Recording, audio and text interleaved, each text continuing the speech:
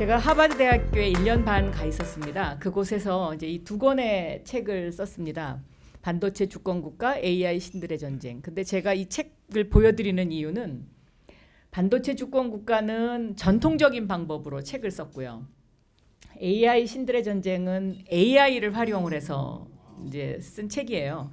근데 반도체 주권국가는 제가 직접 컴퓨터에다가 이제 글을 다 쳐서 넣어서 입력해갖고 이렇게 하니까 물론 이제 그 전에 뭐 자료라든가 플롯 구성을 어떻게 할 것인가는 별개로 책이 나오는데 6개월 걸렸습니다.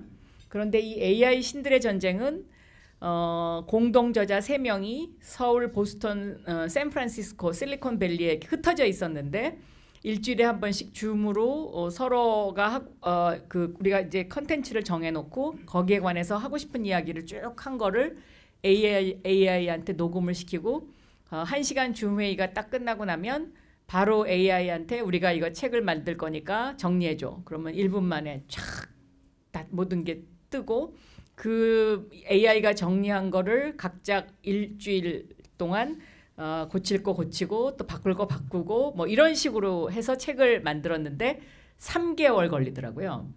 그러니까 이제 제가 이렇게 단순한 AI를 이용한 이 작업만도 생산성이 2분의 1로 딱 줄지 않았습니까? 시간이. 그래서 제가 이걸 보면서 AI는 곧 생산성이구나. 그리고 개인의 생산성, 또 기업의 생산성, 결국은 이 AI가 국가의 생산성을 완전히 바꾸는 것인데 1, 2차 산업혁명이 끝나고 나서 인간의 근육을 대신하는 기계, 그때도 생산성의 혁명이 시작이 됐죠. 그런데 이 AI는 인간의 사고를 단축하는 시간의 질주이기 때문에 이 AI를 놓치면 이제 아무것도 할 수가 없겠구나라는 것을 깨달았습니다. 근데 그 깨닫는 그 순간에 제가 어떤 말을 접하게 됐냐면 지구 138억 년의 역사 가운데 3대 사건을 꼽으라고 한다면 첫째가 우주의 탄생, 두 번째가 생명의 탄생, 세 번째가 AI의 탄생이다. 이렇게 이야기한 사람을 제가 MIT에서 잠깐 스치듯 만났습니다. 그분이 바로 에드워드 프라드킨이라는 사람인데요. 2023년에 돌아가셨어요. 근데 이분이 50년 전에 그 138억 년의 역사 가운데 이 3대 사건 중에 하나가 AI 탄생이라는 이야기를 했더라고요. 저는 이 말을 접하는 순간 굉장히 이렇게 뭔가 찌릿하는 그런 느낌을 받았습니다. 그래서 이 AI가 결국은 1600년대부터 시작된 1, 2차 산업혁명의 그 변화로 인한 우리 인간의 삶의 변화와는 비교가 되지 않는 빛의 속도로 질주하는 그러한 우리의 삶의 변화를 가져오겠구나 하는 그런 생각을 해서 제가 오늘 그냥 제목을 이렇게 우주의 탄생, 생명의 탄생, AI의 탄생 이렇게 잡아봤습니다. 그리고 이 이야기를 서두로 꺼내는 이유는 결코 AI를 무시하거나 가까이 하지 않거나 하면 이제 우리는 앞으로 3년 안에 낙오자가 될 것이다. 이 이야기를 강조하기 위해서 이렇게 말씀을 드렸는데요. 이러한 그 AI 시대를 우리가 접하면서 최근에 이제 미국에 또 대선이 있지 않았습니까?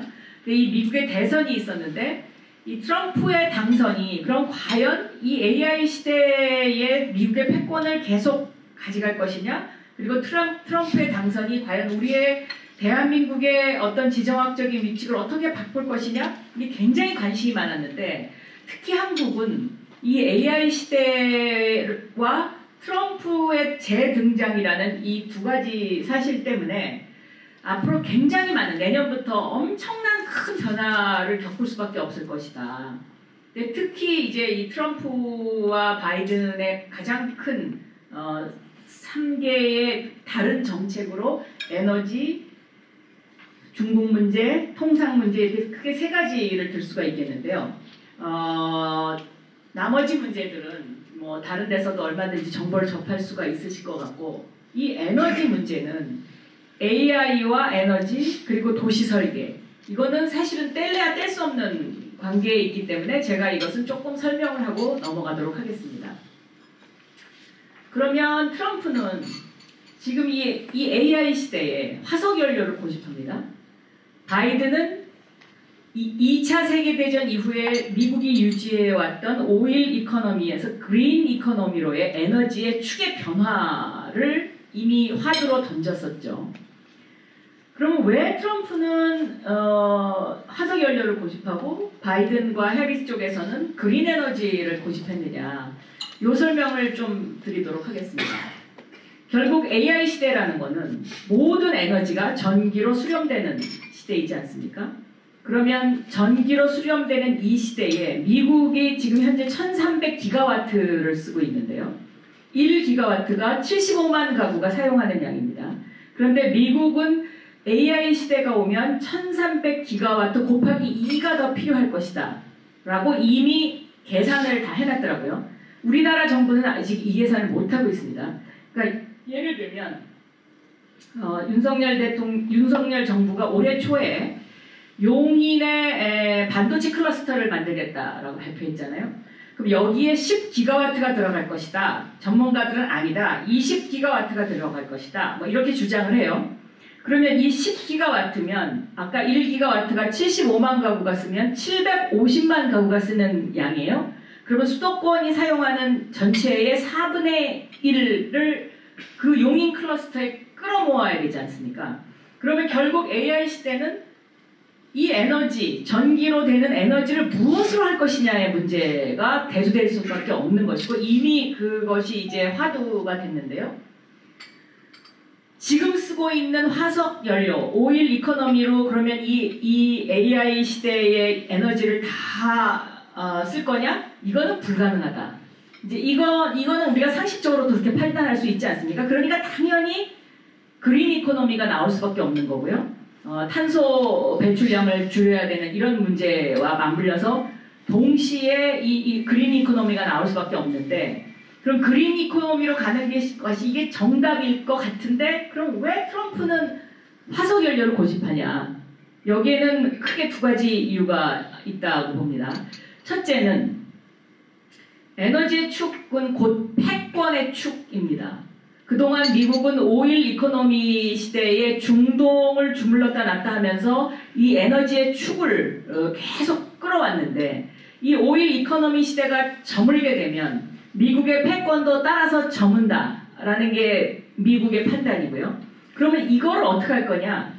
그린 이코노미로 갈 수밖에 없고, 포트폴리오 구성을 그린 이코노미를 넓게 갈 수밖에 없는데, 중국이 이미 이 그린 이코노미 재생에너지 시장은 전체를 꽉 다 잡고 있습니다.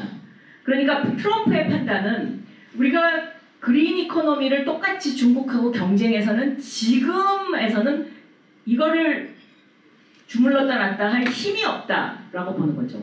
그러니까 태양에너지 부분만 해도 중국의 값싼 태양광 패널 당해낼 방법이 없고, 이렇기 때문에 트럼프는 그거 좀 시간을 끌어야 되겠다라는 이제 이것이 배어 있는 거고요. 두 번째는 이제 결국은 정치적 배경인데, 트럼프를 지지하는 텍사스를 중심으로 한 그 남부 지역이 전부 다 오일 이코노미를 통해서 지금까지 미국을 유지해왔던 세력이기 때문에 그것이 정치 자금과 연결돼서 뗄래야 뗄 수 없는 그런 관계고, 그러면 바이든은 왜 그린 이코노미를 주장을 계속하느냐? 바이든은 태양광이라든가 재생에너지 쪽에 중국의 질주를 인정하지만 이것을 우리가 계속 방치할 수 없다. 그러니까 우리가 생각을 쉬프트해야 된다. 이제 이런 것이 배경에 깔려 있는 것이고요. 그리고 원자력을 들여올 수밖에 없는데, 이 원자력을 과거의 원자력으로 하지 않고 SMR로 하고 싶은 거죠. 이 SMR로 하고 싶은데, 이 SMR 시장은 지금 미국, 중국, 러시아 3개 나라가 각축전을 벌이고 있으니까 여기서 뭔가 승산이 있다, 이렇게 보는 것이고, 바이든 행정부 때는 그래서 SMR에 대한 한국 정부와의 어떤 연대 이런 것들을 굉장히 바이든 정부가 그동안 많이 추구를 해왔다. 그래서 이 에너지 문제가 결국은 AI 시대에 우리가 결코 떼어놓고 생각할 수 없는 연계된 정책이다. 이런 말씀을 드릴 수가 있겠고요. 그러면 미국하고 중국의 관계를 한번 보면요. 1990년, 1980년 요것이 이제 미중 수교 바로 그 다음 해인데요. 교역량이 10억 불이었습니다. 그런데 2023년에 6천억 불. 아마 올해가 6,300억, 6,500억 불 정도 될 겁니다. 그럼 이렇게 많은 교역량을 가지고 있는 두 나라가 갑자기 뭐 팔 자르고 다리 자르고 할 수 없잖아요. 여기에 이제 미국의 고민이 있는 것이고요. 또 하나는 여기서 상징하는 게 뭐냐면 그 어느 나라도 중국 시장을 포기하려 하지 않습니다. 그러니까 유럽도 마찬가지죠. 영국, 프랑스, 독일 다 미국말 듣는 척하면서 중국하고 다 교역하려고 해요. 그런데 그동안 지난 2년 동안 우리나라만 중국한테 큰소리 뻥뻥 치다가 이제 지금 조금 태도가 바뀌었어요. 정부의 태도가. 이게 지금 이제 미국의 엄청난 고민이고요. 중국의 1인당 국민소득 지난 40년간 25배가 올랐고 30년 동안 평균 경제성장률이 중국 경제성장률이 10%였는데 이거는 전 세계사적으로 전무후무한 기록이죠. 그러면 이러한 중국을 누가 만들어줬냐? 결국은 미국이 만들어준 겁니다. 특히 클린턴 대통령. 중국의 WTO 가입은 미국 상품을 더 수입하게 될 것이고 민주주의의 소중한 가치인 경제적 자유를 더 수용하게 될 것이다. 이게 이제 2000년도에 빌 클린턴 대통령의 발언입니다. 그리고 중국이 2001년도에 WTO에 가입하게 되는데 이 WTO 가입이 중국한테 어떤 선물을 준 것이냐면 이 당시에 유럽 국가는 다 반대를 했죠. 중국의 WTO 가입 아직까지 너무 이르다. 어떤 선물을 줬냐면요. 이 WTO에 가입하면 글로벌 스탠다드를 받아들여야 되지 않습니까? 그런데 중국은 등소평의 개혁 개방 정책이 있었습니다만은 중국 공산당이 최첨단 기술은 민간한테 허용을 하지 않았었습니다. WTO 가입 전에는. 그런데 WTO에 가입하면서 할 수 없이 반도체를 포함한 중요 산업을 민간 기업한테 참여를 허용해요. 이것이 결정타였습니다. 그래서 2000년도에 SMIC 이걸 설립하는데 이 SMIC가 지금 TSMC를 벤치마킹해서 만든 거죠. 그래서 이 민간 기업의 참여를 허용을 하고 나니까 중국의 반도체가 부흥을 하기 시작한 거고요. 2015년에 시진핑이 등장을 하면서 반도체 굵기를 발표합니다.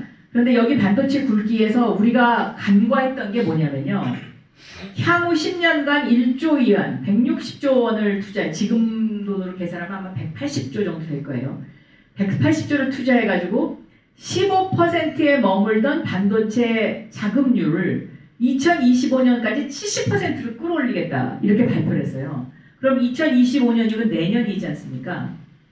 그런데 제가 보기에는 미국이 규제를 들어갔기 때문에 아마 자금률이 내년에 70%는 안 될 겁니다. 아마 한 30% 정도까지 올라오지 않나 싶은데 그러면 중국의 반도체 자금률이 70%로 내년에 올라간다 그러면 가장 피해를 보는 나라가 어디입니까? 한국입니다. 그렇습니다. 그런데 이 당시에 자료를 보면은요, 대한민국의 이 시진핑의 반도체 굵기에 대해서 심각하게 이거를 갖다가 분석한 보고서도 아주 디테일한 보고서를 제가 아직 보지 못했고 언론도 그렇고 결국은 기업들도 마찬가지죠. 그러니까 중국이 반도체 자금률을 2025년에 70%로 높일 것을 가지고 반도체 굵기를 시작했다 그러면 여기에 대해서 분석하고 삼성과 SK하이닉스 같은 경우는 중국 문제를 어떻게 다룰 것인가에 대한 사전 대비가 있었어야 되는데 이 대비가 없었던 거죠. 그렇기 때문에 특히 이제 삼성 같은 경우는 시안 투자를 33조를 했는데 이게 아마 한 2013년에 계획해서 2015년 요즈음입니다. 33조를 했고 SK 하이닉스 같은 경우에는 인텔이 가지고 있던 중국의 다롄 공장을 2019년부터 협상을 하기 시작해갖고 2021년에 11조를 주고 삽니다. 결국은 꼭지를 붙들은 겁니다. 그러니까 인텔은 중국에서 철수를 하는데 우리는 그걸 산 거죠. 그러니까 SK 하이닉스가 지금 HBM으로 저렇게 잘 나가는데 주가가 한 50만 원은 가야 되는데 계속 20만 원대, 30만 원대 거기서 왔다 갔다 하는 이유가 이런 속사정이 있는 겁니다. 그래서 이런 거를 간과했다. 이건 정말 우리가 좀 반성해야 되는 일이다. 그렇게 설명을 드릴 수가 있겠고요. 그러면 이 미중 갈등은 언제부터 시작됐냐? 사실은 오바마 정부 때부터 시작됐습니다. 그런데 이 오바마 대통령한테 중국 이대로 나서서는 안 된다라고 보고를 하니까 이 사람은 스타일리스트여가지고 이 표현을 어떻게 했냐면 점잖은 미국이 앞으로 다자주의로 갈 것이다. 그러니까 중국 시장을 줄이겠다는 이야기를 이렇게 표현합니다. 그런데 오바마 대통령의 이 말을 이 당시에 중국과의 갈등에서 빚어진 거라고 이해한 나라는 거의 없었습니다. 트럼프가 2017년에 집권을 해요.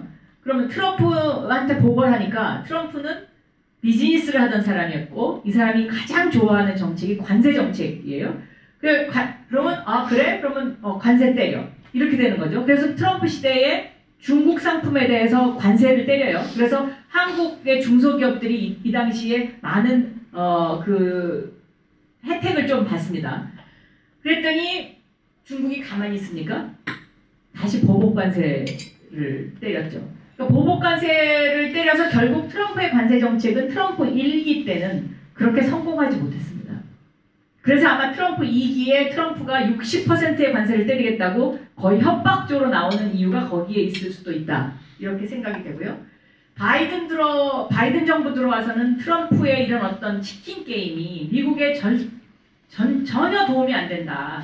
그렇기 때문에 6,300억 불씩 되는 이 교역을 하는 나라 때문에 트럼프 때문에 미국 물가가 올랐던 것도 굉장히 중요한 원인이었는데 그래서 디커플링에서 디리스킹이라는 이런 단어로 이제 싹 외교적으로 전환을 합니다. 그리고 바이든은 시진핑하고 대화를 시작을 했죠. 그런데 이제 다시 트럼프가 왔기 때문에 이것이 이제 앞으로 어떻게 될지 굉장히 이게 주목되는 부분이고 이것이 한국하고 굉장히 아주 밀접한 관계가 있는 부분이라서 우리가 주의 깊게 봐야 된다. 이런 말씀을 드릴 수가 있겠고요. 이런 상황에서 그러면 일본은 가만히 있느냐? 일본은 1985년에 플라자 협정, 즉 다시 말하면은 그 당시에 일본이 G2 국가이지 않았습니까? 그리고 미국이 일본한테 반도체의 제조 부분을 줬다가 얘네 가만 놔두면 안 되겠네 하고 한 것이 프라자 협정이고 이 프라자 협정에서 일본의 엔화를 강제 절상시키고 그리고 일본산 반도체에 관세를 부과하기 시작하죠.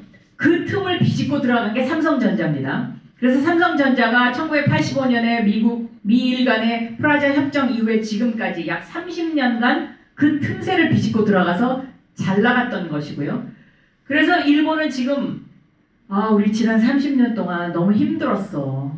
그러니까 우리 좀 살게 해줘. 계속 읍소 전략을 했습니다. 그래갖고 지금 일본이 어떻게 하고 있냐면 홋카이도에다 반도체 단지를 만드는데 이 홋카이도에 세워지는 라피더스라는 반도체 단지는 일본의 8개 대기업과 일본 정부가 같이 투자를 하는 거예요. 그런데 이 사람들이 뭘 하냐면 2027년에 2나노를 생산하고 저전력의 AI 로직 칩을 생산하겠다고 해요. 근데 이 얘기는 뭐냐면 대한민국이 하지 않는 것을 건드리겠다는 거죠. 우리나라가 지금 이걸 못하고 있거든요. 그래서 이걸 가지고 미국한테 계속 설득을 해갖고 결국 미국으로부터 허락을 받고 여기다가 이제 홋카이도에다 단지를 만드는데 이 단지가 만약에 성공하게 되면 가장 큰 타격이 있는 나라는 결국 한국입니다. 그런데 이제 그 기술 전문가들은 뭐라고 얘기하냐면 일본이 지금 28나노 만들고 있는데 어떻게 갑자기 2나노를 만드냐. 이거 못한다. 이렇게 전문가들은 이야기를 해요. 그래서 제가 이 이야기를 일본에다가 했어요. 그랬더니 일본에서 뭐라고 대답을 하냐면 우리 그 문제 알고 있지. 우리는 그런데 인도나 싱가포르로부터 사람을 수입할 거야. 이렇게 이야기를 하거든요. 그만큼 일본도 이것이 이제 21세기를 먹여 살리는 아주 핵심이기 때문에 우리가 결코 놓칠 수 없다. 이제 이런 각오로 가고 있는 거고요. 더 중요한 거는 이제 반도체도 판이 바뀌지 않습니까? 그러니까 그동안에 메모리 반도체를 우리가 이제 주로 했고 이 메모리 반도체의 기존 레거시 반도체에서 AI 반도체로 판이 바뀌는데 이 판이 바뀌는 새로운 뉴 서플라이 체인에 여기에 한국하고 대만이 빠져 있습니다. 그리고 일본과 싱가포르이 대신 들어가 있어요. 그러면 이거는 뭘 의미하냐? 대만, 중국 리스크 때문에 TSMC 너네는 이제 그냥 그 정도 선에서 더 이상 우리가 새로운 거를 너희한테 혜택 줄 수 없어. 한국, 너네 북한 리스크도 있고 그냥 메모리만 잘해. 이제 이런 의미거든요. 그렇기 때문에 저는 이거 미국이 그리고 있는 이런 어떤 이 지도를 여기다 빨리 지금 한국 마크를 찍는 것이 반도체 외교의 핵심이다라고 보고 있습니다. 그러니까는 이런 지금 상황은 이렇게 지금 흘러가고 있는 거고요. 그럼 싱가포르는 뭘 하냐? 싱가포르는 패키징을 하겠다는 거예요. 아까 제가 처음에 설명드렸던 그 요새 새로 나오는 HBM 뭐 AI 로직 칩 이거 패키징을 하겠다는 거고, 일본은 홋카이도에다가 AI 로직 칩을 이제 앞으로 2나노를 만들겠다는 건데요. 그동안에는 미국은 설계, 지적재산권, 그리고 제조와 패키징은 한국, 대만, 중국, 싱가포르, 소재 부품 장비는 미국, 일본, 유럽 이런 식으로 팀 스포츠를 하듯이 움직였죠. 그런데 이제 이게 AI 시대와 맞물리면서 이제 변화의 조짐이 있는 거고요. 특히 제가 홋카이도 반도체 일본의 반도체 단지가 신경이 쓰이는 이유는 반도체의 3대 조건, 사람, 물, 전기 가운데 전기, 홋카이도는 100% 재생에너지입니다. 물, 홋카이도만큼 물이 풍부한 곳이 없죠. 중동에 반도체 공장이 없는 이유가 바로 이겁니다. 소금물로 반도체를 만들 수가 없으니까. 이 부분을 만약에 도시 설계에서 중동에 해결해 주실 수 있다면 대한민국의 미래가 열릴 수도 있습니다. 그러니까 이 물 부분이 지금 중동은 이제 문제가 되는 거죠. 그런데 이런 반도체의 3대 조건을 홋카이도 단지가 다 가지고 있고, 이 사람들이 이걸 갖고 미국을 설득했거든요. 첫째, 지정학적으로 미국에서 가장 가까운 동북아 지역이다. 두 번째, 물, 전기, 사람을 다 갖추고 있다. 이제 이거예요. 그래서 한국도 지금 제가 보기에는 이 반도체와 AI와 관련된 이 전략을 더 디테일을 강화하면서 앞으로 트럼프 시대를 어떻게 해집고 갈 것이냐에 대해서 저는 굉장히 정말 이 민간 업계와 정부가 서로 머리를 맞대고 지금 지혜를 짜도 이게 부족하다, 이제 이런 상황이고요.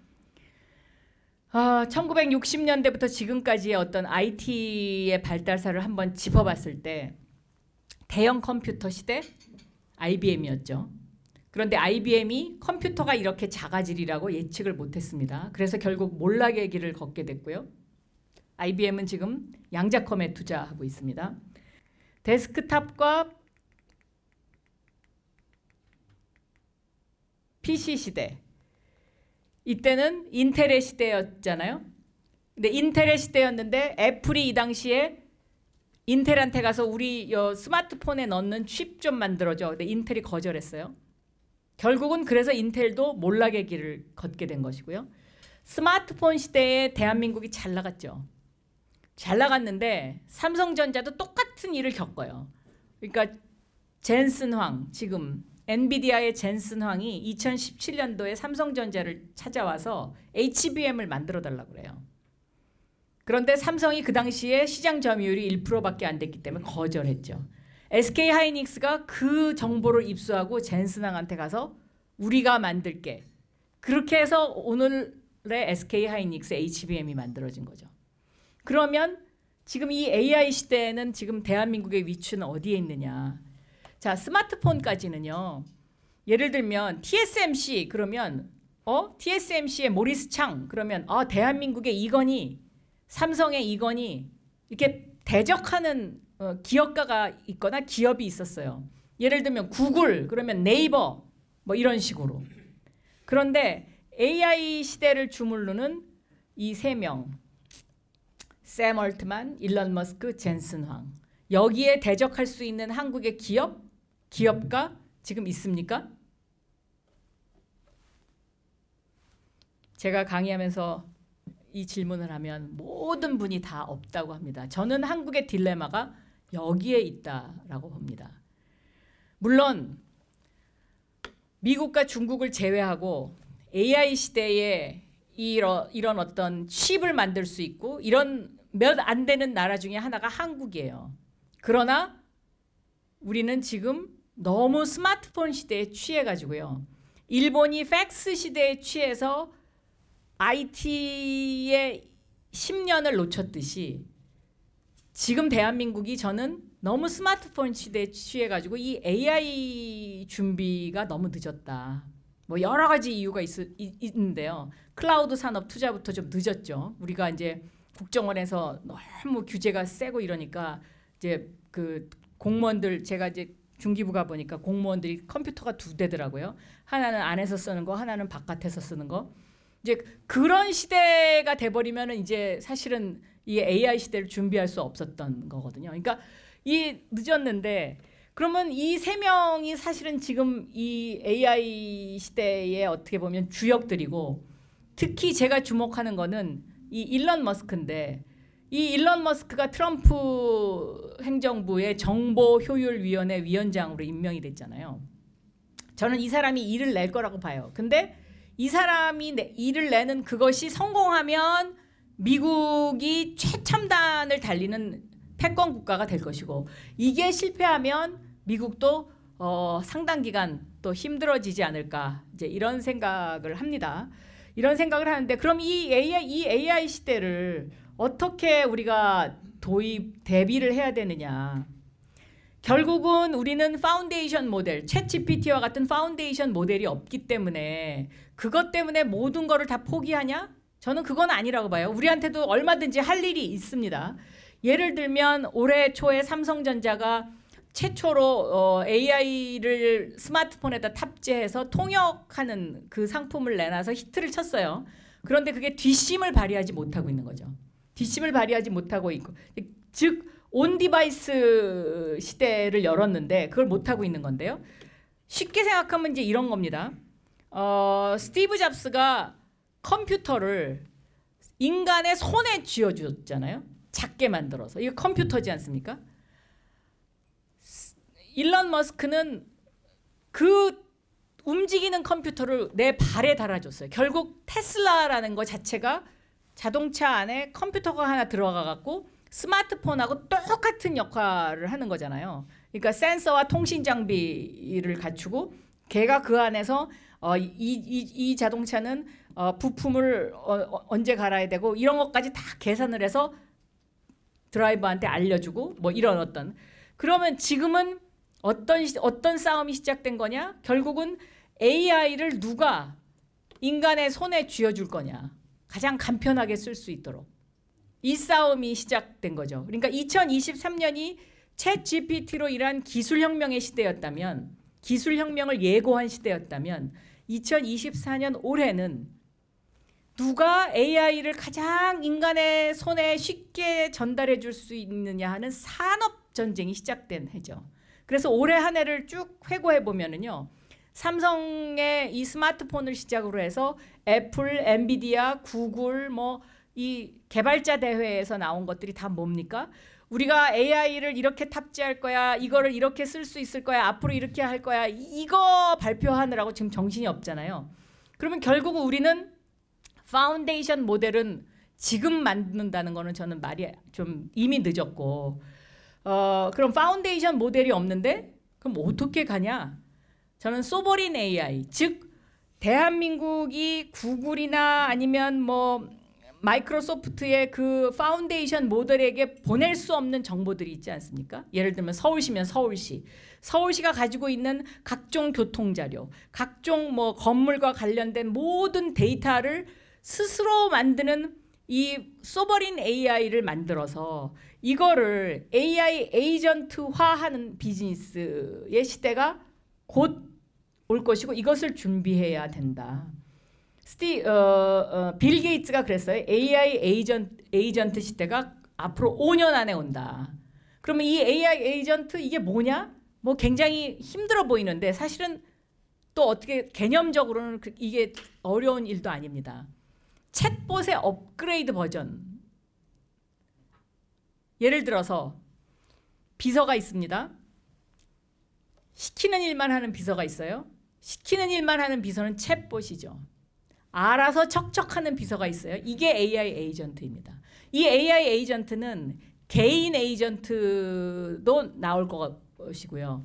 회사를 대표하는 회사 에이전트도 나올 거고요. 정부를 대표하는 정부 에이전트도 나올 수 있습니다. 예를 들면 중소벤처기업부다.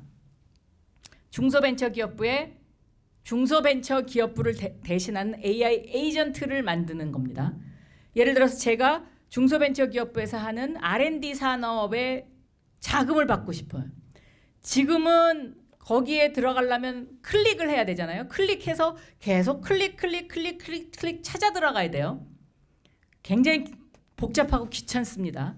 지금은 전자정부 시대니까 이것을 원스톱 서비스라고 정부에서 홍보를 하는데 저는 이제는 AI 시대, 다시 말하면 인텔리전스 거버먼트를 만들어야 된다. 인텔리전스 거버먼트는 뭐냐? 넌스톱 서비스입니다. 그러니까 중소벤처기업부를 대신하는 모든 중소벤처기업부의 데이터를 저장하고 있는 그곳에 에이전트가 나와서 제가 거기에 들어가서 나는 이런 R&D 자금을 받고 싶은데 이게 어떻게 하는 건지 좀 얘기해줘. 그럼 얘가 알아서 쫙 서치해가지고 답을 딱 내주는 이 에이전트 시대가 저는 온다고 생각하고 이 스마트폰도 그런 에이전트로 바뀔 것이다 라고 생각합니다. 그래서 나에 관한 모든 일정이 이 스마트폰의 AI한테 다 들어가요. 그래갖고 예를 들면 저랑 박 회장님과 교수님하고 셋이서 약속을 하려고 그러면 지금은 세 사람이 뭐 카톡방을 만들든지 아니면 뭐 일일이 뭐 괜찮은 날을 주세요 뭐 어쩌세요 뭐 이거 계속 해야 되잖아요.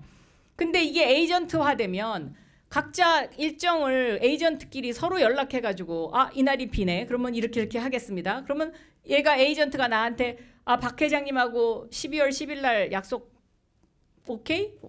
한 번에 끝나는 이제 이 시절이 곧 옵니다. 그런데 지금은 그러면 AI의 시대를 1, 2, 3, 4단계로 봤을 때 1단계에 머물고 있는데 다시 말해서 맥락을 이해하는 수준.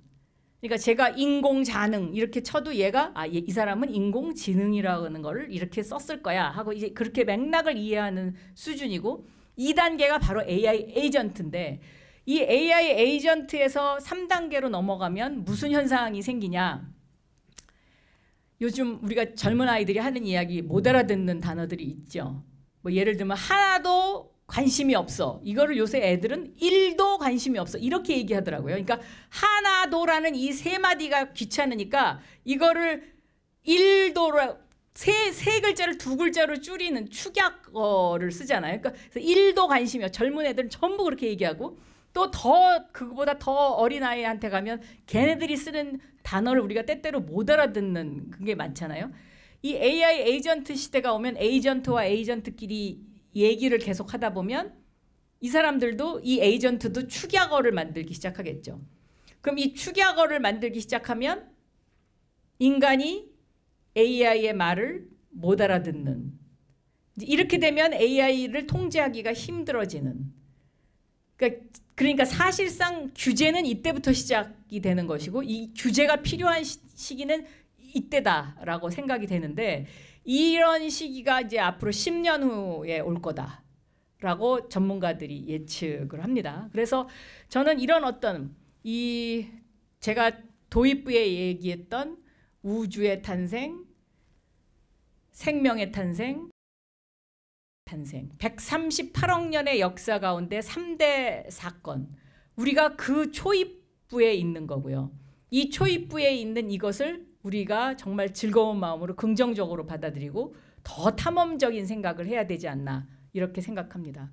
그래서 오늘의 결론은 There is no life without AI. 지금부터는 AI 없이는 우리의 일상도 없을 것입니다.